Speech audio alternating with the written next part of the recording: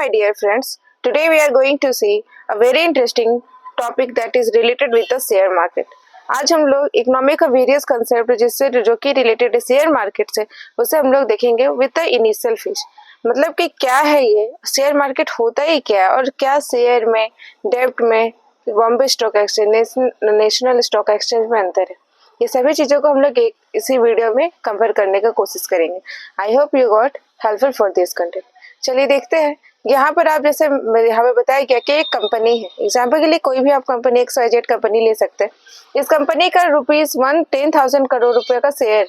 Example के लिए क्या है, सबसे पहले समझिए कि कंपनी क्या करती है। कंपनी हमेशा अपना प्रॉफिट देखना चाहेगी कि प्रॉफिट उसको किस जगह से ज्यादा मिल रहा है। इस कारण से वो क्या करती है कि अपना एक, जैसे ये पूरा कंपनी का एक हिस्सा जो है वो जा करके पब्लिक को बेचना चाहती है, ताकि क्या हो, लोग उसमें इन्वेस्ट करें और वहां पर क्या हो, उसमें और ज्यादा पैसा आए और उससे ज्यादा अर्निंग हो और प्रॉफिट मेकिंग सीकिंग पीपल जो कि है वो उसमें इन्वेस्ट करेंगे। इससे क्या होगा कि जैसे एग्जाम्पल के लिए यहाँ पर बताया गया है कि टोटल 10,000 करोड़ का कंपनी एग्जाम्पल के लिए है, तो मार्केट में उस कंपनी ने शेयर निकाले है 3,000 करोड़ का। और ये 3,000 करोड़ को क्या किया है उसने, इस शेयर यानी ये छोटे पार्ट को बहुत सारे हम लोग को जैसे आम लोगों में उसे बांट दिया और या फिर उसे बेचने के लिए बाहर निकाल दिया, मार्केट में निकाल दिया। जिस कारण से क्या हुआ, ये लोग क्या करेंगे, इसमें इन्वेस्ट करेंगे। इन्वेस्ट करने से क्या होगा, ये कंपनी का शेयर इसमें आपका उस कंपनी का एक, आप समझिए तो एक ग्रुप का मालिक बन जाइएगा। जैसे कि होता नहीं है कि एक कंपनी है, उस कंपनी में एक छोटा हिस्सा मेरा भी है। जैसे मैंने अगर रिलायंस का शेयर खरीदा है, तो अगर रिलायंस के शेयर में क्या होगा कि रिलायंस को अगर प्रॉफिट हो रहा है इन द फ्यूचर, तो इसका मतलब मुझे भी प्रॉफिट होगा। अगर रिलायंस को लॉस हो रहा है तो मुझे भी लॉस होगा। इस कारण से क्या होगा कि रिलायंस का एक शेयर मेरे पास है, यानी मैं भी क्या हूँ, उस रिलायंस की एक ऑनर के जैसे ही। इस कारण से आप समझ सकते हैं कि क्या होता है ये शेयर, मतलब ही कि वही हुआ कंपनी का एक पार्ट जो कि आपके अंडर में आ जा रहा है। मतलब एज अ आपका इन्वेस्टर जो है वो उसमें शेयर के रूप में आएगा। अब हम लोग समझते हैं एक एग्जाम्पल के थ्रू। जैसे कि अगर XYZ कंपनी या फिर रिलायंस का एग्जाम्पल लेते हैं, अगर उसने 10,000 करोड़ का शेयर निकाला, ठीक है, 10,000 करोड़ का उसने एक कंपनी खड़ा की है, जिसमें 3,000 करोड़ का शेयर उन्होंने लोगों तक बांटा, लोगों में डिस्ट्रीब्यूट किया। एक शेयर का दाम रखा हुआ है 30 रुपया। क्यों, आप उसको कैलकुलेट कर सकते हैं कि अगर पूरा होल शेयर का प्राइस है 3,000 करोड़ और अगर एक शेयर का प्राइस है 30 रुपया, तो उसने क्या किया है कि कभी भी याद रखिएगा कि कभी भी कोई कंपनी है वो अपना शेयर जो है वो सिंपली एक में नहीं निकालती, वो हमेशा एक लॉट साइज बनाता है। लॉट साइज का मतलब वो कि एक बंच ऑफ द शेयर वो मार्केट में रिलीज करते हैं। जैसे कि आप यहाँ देख सकते हैं कि टोटल 50 शेयर जो है वो कवर करते हैं 1 लॉट साइज को। जस्ट टेक एन एग्जाम्पल, यानी कि 30 रुपए में अगर आपको 1 लॉट साइज खरीदना है तो आपको 15,000 रुपए इन्वेस्ट करने होंगे। कितने इन्वेस्ट करने होंगे, 15,000 रुपीज। 15,000 रुपए आपको इन्वेस्ट करने होंगे, तब जाके आपको उस कंपनी का एक लॉट साइज मिलेगा। इसी तरह से आप हम I hope you got clear of this point regarding the share. Now we are going to see the next term that is IPO। अब देखते हैं कि इनिशियल पब्लिक ऑफरिंग या फिर IPO क्या होता है। IPO का मतलब हुआ कि जब आप क्या किए, जैसे मेरा कोई कंपनी है, ठीक है, मैंने एक कंपनी खोला गारमेंट्स का कंपनी खोला और उसमें क्या किया, मैंने बोला कि जिसको भी शेयर खरीदना है वो डायरेक्ट मेरे पास आइए और मेरे से खरीद लीजिए। तो कोई भी ऐसा वे जो कि डायरेक्टली कंपनी से रिलेटेड हो जाता है, डायरेक्ट कंपनी से ही वो शेयर खरीद ले, तो वो ही होता है क्या, इनिशियल पब्लिक ऑफरिंग। मतलब कि जब कंपनी अपना शेयर डायरेक्टली बेच रही हो या फिर लोग डायरेक्टली शेयर खरीद रहे from the company, then the share will call this initial public offering, ठीक है। और अगर आप इसे सेल और परचेज करना चाहते हैं तो भी आप क्या कर सकते हैं, IPO का ही एक सहारा ले सकते हैं। और अगर आप सेल करना चाहते हैं और परचेज करना चाहते हैं इन द मार्केट और फ्रॉम द मार्केट, देन आपको क्या करना होगा, दो शेयर मार्केट, दो एक्सचेंज जो है, जो कि नेशनल स्टॉक एक्सचेंज और बॉम्बे स्टॉक एक्सचेंज जो है, उससे थ्रू आपको कांटेक्ट में रहना होगा। यानी कि क्या हुआ कि देखिए, नेशनल स्टॉक एक्सचेंज और बॉम्बे स्टॉक एक्सचेंज क्या होता है, जैसे कि हमारा कभी भी आप कोई चीज खरीदने जाते हैं तो आपको क्या होता है, अगर आप अकेले गए उस सामान को खरीदने के लिए, तो फिर हो सकता है कि आपको उसमें ज्यादा मनी लग जाए या फिर आपको कोई वहां पे हेल्प करने वाला ना हो। लेकिन नेशनल स्टॉक एक्सचेंज और बॉम्बे स्टॉक एक्सचेंज क्या होता है, ये यहाँ पर आप क्या करते हैं, अपने शेयर को सेल और परचेज कर सकते हैं। जब आप इंडिविजुअली ये काम करेंगे तो नेशनल स्टॉक एक्सचेंज और बॉम्बे स्टॉक एक्सचेंज में ये सारा शेयर रिलीज होगा। नेशनल स्टॉक एक्सचेंज जो है वो न्यू है और बॉम्बे स्टॉक एक्सचेंज क्या है, ओल्ड है, यानी ये सब पुराना है और ये नया है। ठीक है, कंपनी एग्जांपल के लिए कोई भी लिस्टेड होती है तो इन्हीं नेशनल स्टॉक एक्सचेंज या फिर बॉम्बे स्टॉक एक्सचेंज में ही लिस्ट कराई जाती है। जैसे मेरा कोई कंपनी है गारमेंट्स का, एग्जांपल के लिए अगर मेरा कोई कंपनी है garments XYZ market company related with garments, तो वो कहाँ लिस्टेड होगी, या तो नेशनल स्टॉक एक्सचेंज में या तो बॉम्बे स्टॉक एक्सचेंज में। यहाँ पर देखिए ये दोनों कंपनी, ये दोनों जो एक्सचेंज है, इसमें हम लोग क्या करते हैं कि ट्रेड करते हैं या फिर आप क्या करते हैं, बाई और सेल करते हैं ऑफ द शेयर का। ठीक है, एक्सचेंज प्लेटफॉर्म होते हैं, प्लेटफॉर्म ऐप भी आते हैं जो कि हम लोग को चाहिए एज ए ब्रोकर। जैसे क्या करते हैं पब्लिक आपस में, जब लिस्टेड कंपनी या फिर इनमें अगर आपको लिस्ट होना है तो फिर क्या करना होगा, आपको एक ब्रोकर के थ्रू जाना होगा। किसके थ्रू, एक ब्रोकर के थ्रू। ब्रोकर क्यों, अब इसको एक चीज से समझते हैं। जैसे एग्जाम्पल के लिए आपने कभी कोई सामान खरीदने के लिए चाहा, तो फिर क्या हुआ, अगर आप अकेले उस सामान को खरीदना चाहते हैं तो फिर उसमें क्या होता है, आपको कंपनी से डायरेक्ट आपको कांटेक्ट करना होगा, लेकिन वही भी वो बहुत ज्यादा हैक्टिक हो जाएगा, बहुत टाइम कंज्यूमिंग होगा। तो इस कारण से क्या होता है, एक ब्रोकर हम लोग रखते हैं। ब्रोकर के थ्रू ही आप क्या कर सकते हैं, बॉम्बे स्टॉक एक्सचेंज या फिर नेशनल स्टॉक एक्सचेंज में रजिस्टर हो सकते हैं। यानी बॉम्बे स्टॉक एक्सचेंज और नेशनल स्टॉक एक्सचेंज से अगर आपको कॉन्टेक्ट बनाना है या फिर वहां पर आपको कोई भी तरीका का कार्य करना है, काम करना है, तो फिर क्या करना होगा, सबसे पहले एक ब्रोकर प्लेटफॉर्म या फिर कोई भी ऐप का आपको यूज करना होगा। जैसे कि यहाँ पे एग्जांपल के लिए एंजल वन या फिर ग्रो भी आप ले सकते हैं। ये जो दो ऐप आप देखते होंगे जो कि मेजरली एडवर्टाइजमेंट में दिखाया जाता है, एंजल वन, ग्रो, ये सब क्या है, एक ब्रोकर कंपनी या फिर ब्रोकर प्लेटफॉर्म है जो कि आपको किससे कांटेक्ट करवाती है, नेशनल स्टॉक एक्सचेंज और बॉम्बे स्टॉक एक्सचेंज से, ताकि आपका जो शेयर है या फिर आपका जो अकाउंट है वो लिस्ट हो जाए उस कंपनी में, उस शेयर में। अब देखेंगे कि स्टेप्स क्या क्या हो सकता है जिससे आप अपने शेयर को या फिर अपनी कंपनी को लिस्ट कर सकते हैं। सबसे पहले क्या करना होगा, आपको एक ब्रोकर ऐप का जरूरत होगा, जैसे कि अभी मैंने बताया एंजल वन या फिर ग्रो। उसमें क्या करना होगा, आपको डीमेट अकाउंट ओपन करना होगा। डीमेट अकाउंट डीमेट अकाउंट क्या होता है, डीमेट अकाउंट का मतलब हुआ कि जब आप एक कंपनी में एक अकाउंट ओपन करते हैं तो वो डीमेट अकाउंट होता है। तो डीमेट अकाउंट जब आप अपने ओपन करते हैं अपने शेयर को या फिर बाई और परचेज करने के लिए, तो फिर डीमेट अकाउंट ओपन करने के बाद जब आप लॉग इन करिएगा तो रिक्वायरमेंट जो भी आएगा आप फुलफिल करिएगा। उसके बाद फिर आपको क्या होगा, वहां पर आपको याद रखना है कि जो शेयर का प्राइस आपको लो दिखाएगा, जैसे कि बॉम्बे स्टॉक एक्सचेंज है और नेशनल स्टॉक एक्सचेंज है। अगर बॉम्बे स्टॉक एक्सचेंज में कहीं पर आपको प्राइस ऑफ द शेयर लो है तो आप यहाँ इन्वेस्ट करिए। अगर नेशनल स्टॉक एक्सचेंज में अगर लो है तो यहाँ पे इन्वेस्ट करिए। मतलब कि क्या है, मेजरली आपको देखना है कि हम जो अपना पैसा इन्वेस्ट कर रहे हैं उससे हम कितना शेयर खरीद पा रहे हैं। अगर ज्यादा क्वांटिटी में आप शेयर खरीद रहे हैं तो इसका मतलब यही हुआ कि आपका वहां पर शेयर खरीदना ज्यादा अच्छा होगा। अगर एग्जाम्पल के लिए अगर 50 रुपए में मैं 10 शेयर खरीदूंगी तो ज्यादा फायदा होगा, या 50 रुपए में मुझे 25 शेयर मिल जाएगा वो ज्यादा फायदा होगा। ऑब्वियस बात है 25 जो शेयर मिलेंगे वो मेरे लिए ज्यादा फायदेमंद होगा। तो वही क्वांटिटी में मैं आपको ये बताना चाहती हूँ। ओके, और देखिए यहाँ पर जो कंसेप्ट है ये एक रफ डायग्राम के थ्रू बताया गया है कि अगर कैंडल, ये से कैंडल कहते हैं, कैंडल में एक रेड कैंडल होता है, एक ग्रीन कैंडल होता है। ग्रीन कैंडल हमेशा प्रॉफिट को दिखाता है जो कि हमेशा अपवर्ड साइड होता है। अगर अप कर रहा है आपका कैंडल तो फिर समझिएगा कि आपको गेन हो रहा है, लेकिन रेड कैंडल जो होता है वो लोएस्ट लेवल या फिर लो लेवल का या फिर फॉल ऑफ द प्राइस दिखाता है। यहाँ पे क्या, ये सब इंडियन रुपीस है, रुपीस में आपका या फिर डॉलर भी या रुपीस दोनों में आप जिसमें भी कर रहे हैं वो आपको कर सकते हैं। ठीक है, आगे देखते हैं बेसिक कंसेप्ट क्या क्या है। बेसिक इन्फॉर्मेशन जो कि है इसमें सबसे पहले देखिएगा कि पोर्टफोलियो आपको बनाना आना चाहिए। पोर्टफोलियो क्या होता है कि जब भी आप कोई भी बाय और सेल करने का ऑप्शन चुनते हैं तो आपको क्या होता है, एक सेट ऑफ कंपनी के बारे में जानने का जरूरत होती है, जिससे क्या होता है कि आप उसके बारे में एनालिसिस करते हैं, आप उसके बारे में समझते हैं कि क्या इसका शेयर कितने दिनों में आगे बढ़ा, या कितने साल लग गए इसका शेयर को डबल होने में, या कितने सेकंड, कितने मिनट, क्या हर एक टाइम का एनालिसिस होना चाहिए इस शेयर को एनालाइज करने के लिए। Okay, now we are going to see the next term, that is chart। Chart क्या होता है वो समझेंगे। चार्ट में क्या क्या है, दो पोर्शन आता है, एक डेरिवेटिव है और एक इंडेक्स है। डेरिवेटिव इंडेक्स ये मैंने आने वाले वीडियो में आपको एक एक करके अच्छा से समझाऊंगी। सब तक के लिए आप ये सब देख सकते हैं, अगर चाहे तो आप इसे नोट डाउन भी कर सकते हैं। अब हम लोग देखेंगे कि निफ्टी या फिर सेंसेक्स जो है वो क्या होता है।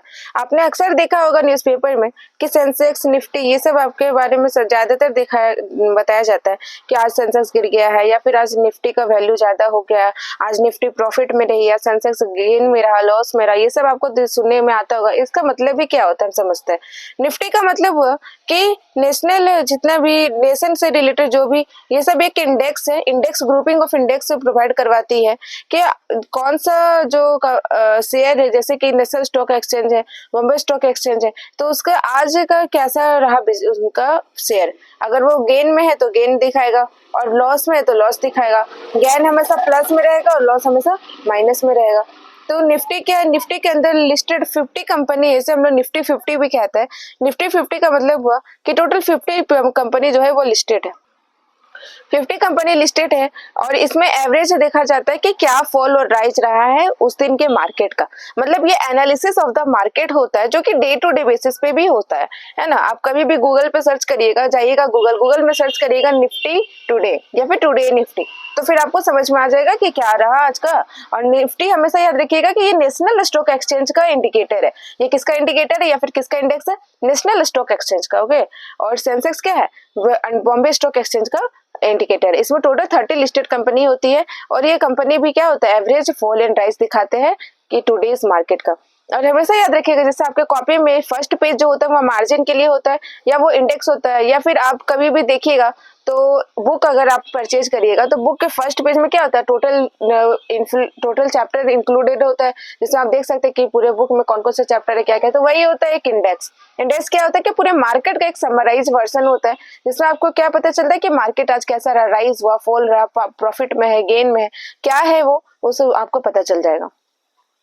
उसी तरह होता है बैंक निफ्टी। बैंक निफ्टी में क्या है कि टोटल 12 बैंक इंक्लूडेड है इसमें। इसमें बैंक के बारे में सेम इंडेक्स प्रोवाइड करवाया जाता है कि आज बैंक का परफॉर्मेंस कैसा रहा, बैंक अच्छा परफॉर्म कर रही है अपने शेयर को परचेज और सेल करने में, ये सब चीजों के बारे में, बैंक के बारे में जब बताया जाए तो बैंक निफ्टी से कहते हैं। अब हम लोग देखेंगे स्टॉक और शेयर में अंतर क्या होता है। स्टॉक क्या होता है कि ये हमेशा इंडिविजुअल कंपनी पे कवर करता है, और शेयर क्या होता है, जब आप किसी एक कंपनी को शेयर जो है वो मल्टीपल अप्रोच में या फिर मल्टीपल शेयर में आप कन्वर्ट कर सकते हैं। जैसे स्टॉक क्या है, जैसे कि एग्जांपल के लिए अगर मैं बोलूंगी कि हाँ मेरे पास 4 स्टॉक है, 4 स्टॉक का मतलब क्या है कि मेरे पास 4 कंपनीज की स्टॉक है, 4 कंपनीज के शेयर है, ना कि एक कंपनी के मेरे पास चारों शेयर है। अगर मैं बोलूंगी, जैसे मेरे पास एग्जांपल के लिए मेरे पास वीवो है, मेरे पास रियलमी, मेरे पास एप्पल या फिर मेरे पास रिलायंस, ये चारों का शेयर मैं बोलूंगी मेरे पास 4 स्टॉक है ना। 4 स्टॉक का मतलब क्या हुआ कि ये चारों कंपनी, वीवो, रियलमी, एप्पल और रिलायंस, ठीक है। तो ये चारों की कंपनी की मैं क्या हूँ, एक ऑनर हूँ, एक शेयर मेरे पास है। लेकिन कभी मैं बोलूंगी कि मेरे पास 4 शेयर है, तो आपको पूछना पड़ेगा कि कौन सी कंपनी का शेयर आपके पास है, कौन सी कंपनी का ये चारों शेयर है। मतलब कि क्या वो मैं कहना ये चाहती हूँ कि स्टॉक क्या होता है, ये इंडिविजुअल कंपनी को शो करता है, लेकिन शेयर क्या होता है, एक पर्टिकुलर कंपनी को डिसाइडेड होता है। ओके। अब हम लोग समझेंगे कि बुलिश और बियरिश और साइडवेज क्या होता है। ये तीनों बहुत ज्यादा इंटरेस्टिंग पॉइंट है students, you have to keep in mind of all this. Okay. Bullish factor क्या होता है कि मार्केट के राइज को दिखलाता है। जैसे कि मार्केट का राइज कभी भी हो रहा है तो फिर क्या होगा, वो निफ्टी और सेंसेक्स में क्या दिखलाएगा वो कि ये बुलिश फैक्टर हो रहा है। मतलब क्या हो रहा है, जैसे मार्केट क्या हो रहा है, ग्रो हो रहा है, मार्केट क्या हो रहा है, ग्रो हो रहा है ना। और बियरिश में क्या है, मार्केट क्या होगा, फॉल होगा, मार्केट क्या होगा, फॉल होगा। और साइडवेज क्या होता है, साइडवेज में क्या होता है, जैसे कि नाम ही बता रहा है साइडवेज, मार्केट क्या हो रहा है, साइड हो रहा है, मतलब कभी लॉस, कभी गेन, कभी लो, कभी गेन, और साइडवेज रोटेट हो रहा है। इसमें क्या हो रहा है, आप कभी भी सर्च करिएगा, गूगल में भी सर्च करके देख सकते हैं आप। उसमें क्या होता है, कैंडल जो होता है रेड और ग्रीन कलर का जो कैंडल है, और बीच में डॉट डॉट डॉट डॉट जो रहता है वो इंडिकेटर होता है। वो सब से आप ये सब चीजों को एनालाइज कर सकते हैं। और आपने ये सब चीज न्यूज़पेपर में भी जरूर या फिर न्यूज चैनल्स में भी जरूर सुना होगा।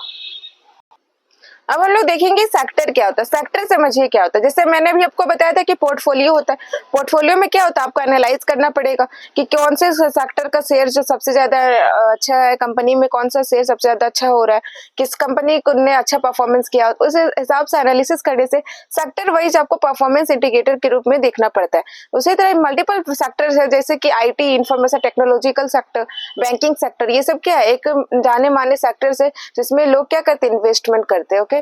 नेक्स्ट हम लोग देखेंगे long term investing. Long term investing का मतलब क्या, जैसे कि आपने सुना होगा एफडी, फिक्स्ड डिपॉजिट। हमेशा पेरेंट्स लोग मतलब ये सब मेजरली करते हैं, बैंक से रिलेटेड है।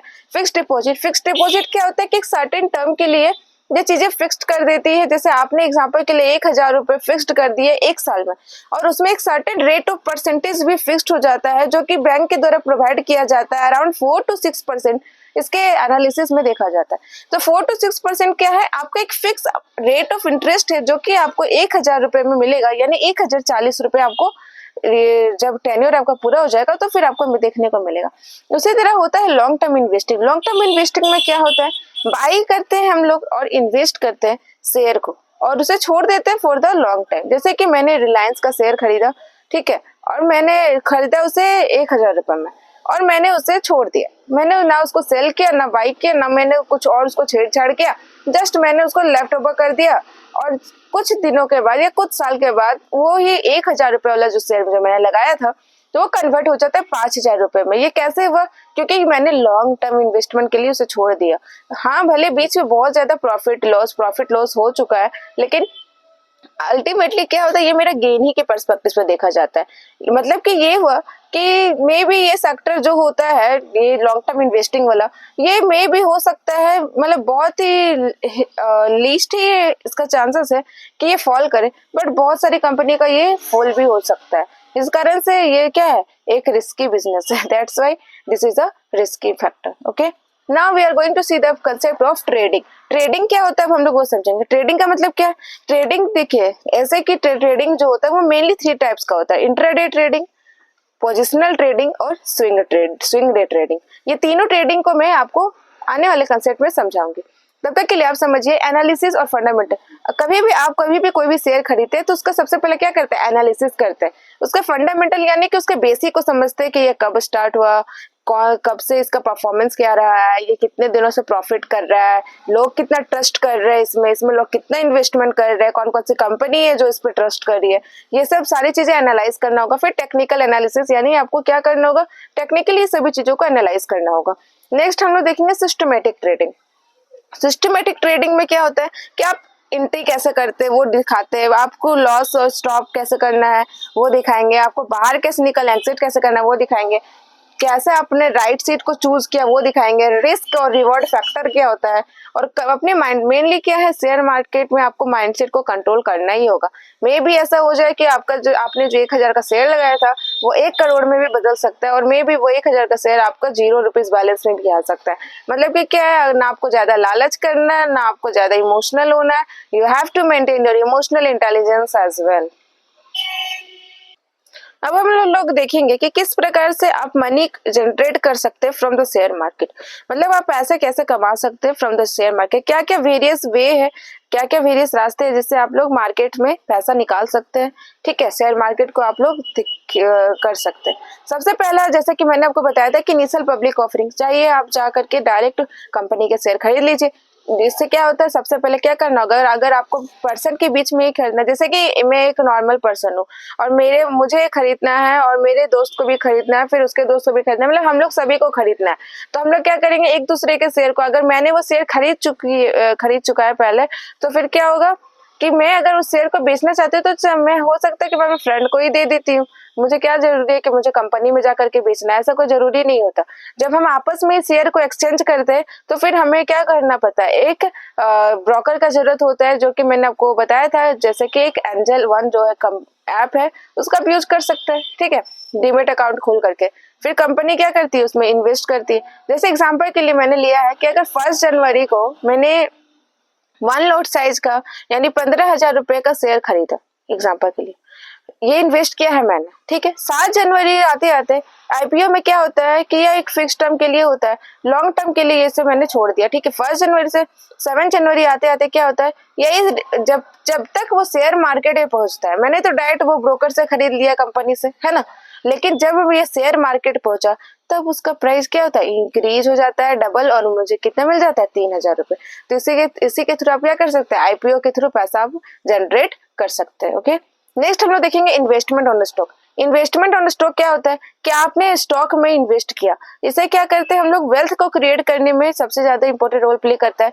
जैसे इसमें क्या होता है कि 1 ईयर में आपको प्रॉफिट 2 टाइम्स या 3 टाइम्स भी होता है, हो सकता है, या फिर आपको ये रिस्क फैक्टर में ज्यादा रिलेटेड होता है। क्यों? क्योंकि मे भी ये हो सकता है कि 2 गुना 3 गुना कम भी हो जाए।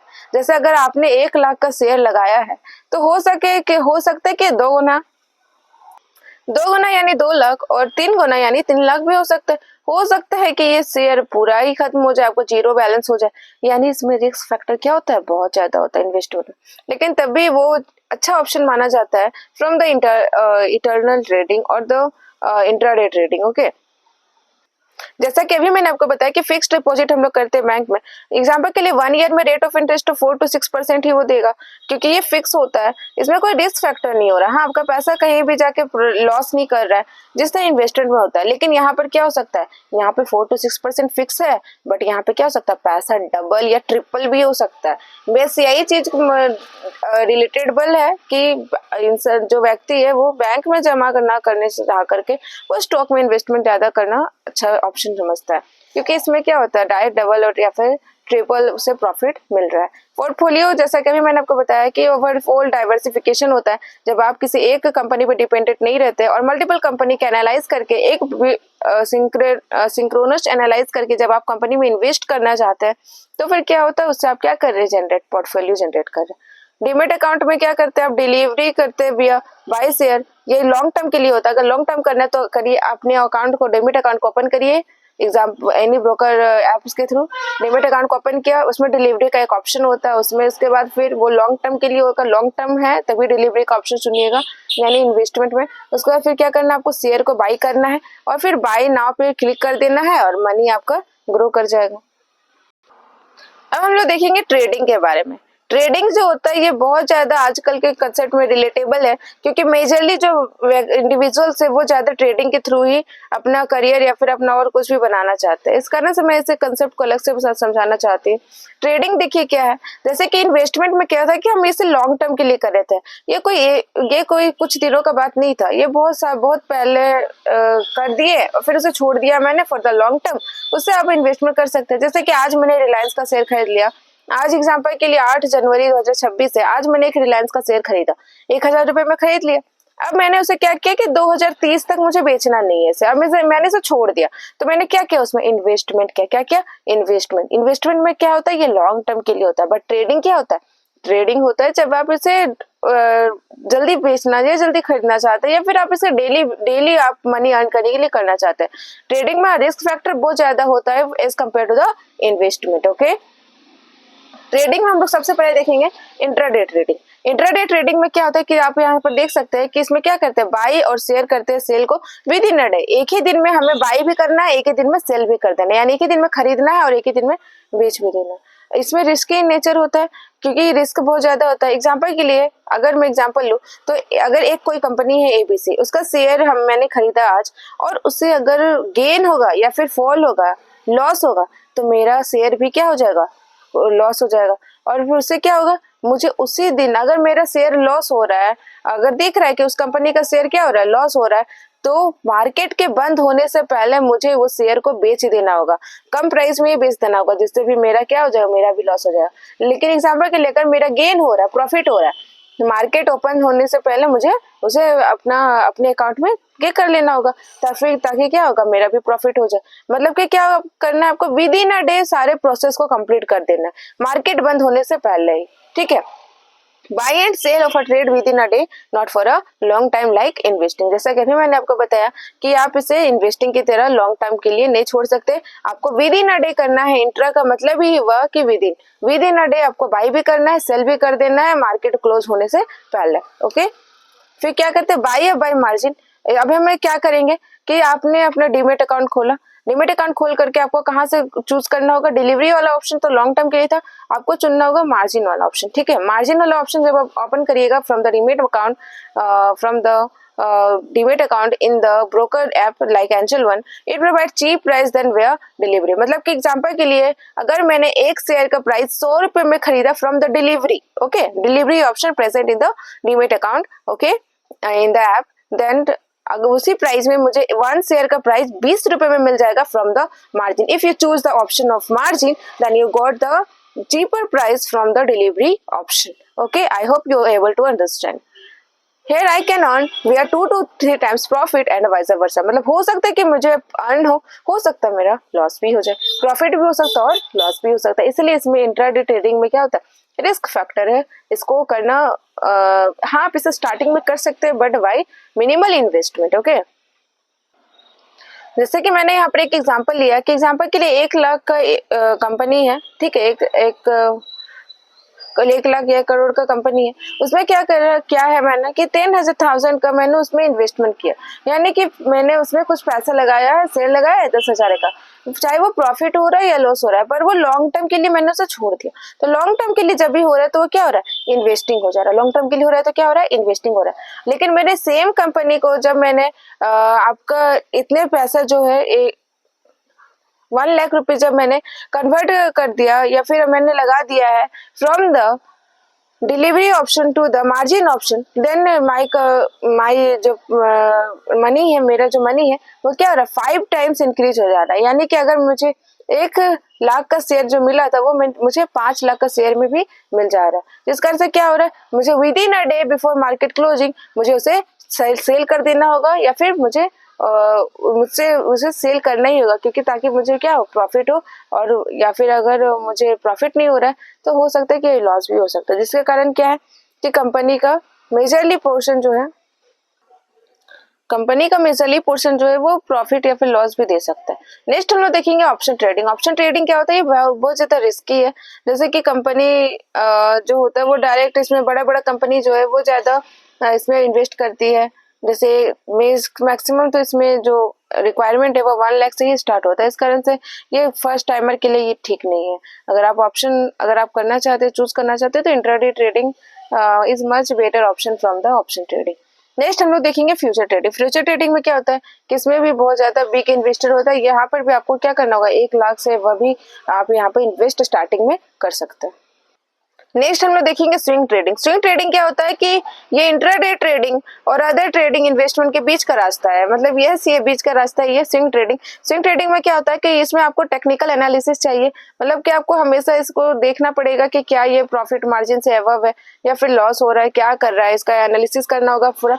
इसमें क्या करना है आपको, ना 1 दिन में बेचना है ना लॉन्ग टर्म के लिए छोड़ना है. इसमें आपको 1 मंथ या 1 हफ्ते के लिए ही रखना है. ठीक है, ये मिडिल ऑप्शन होता है इन्वेस्टिंग और इंट्राडे का, जैसा भी मैंने आपको बताया.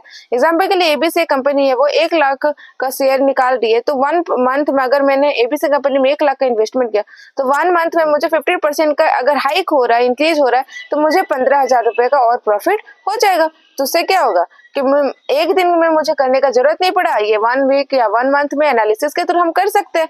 उससे क्या होगा, आपका इंक्रीज भी हो सकता है शेयर और मे भी ये कभी लॉस भी हो जाए. ये भी रिस्की होता है, ऐसा नहीं है कि ये सब चीजें रिस्की नहीं है, रिस्की तो है.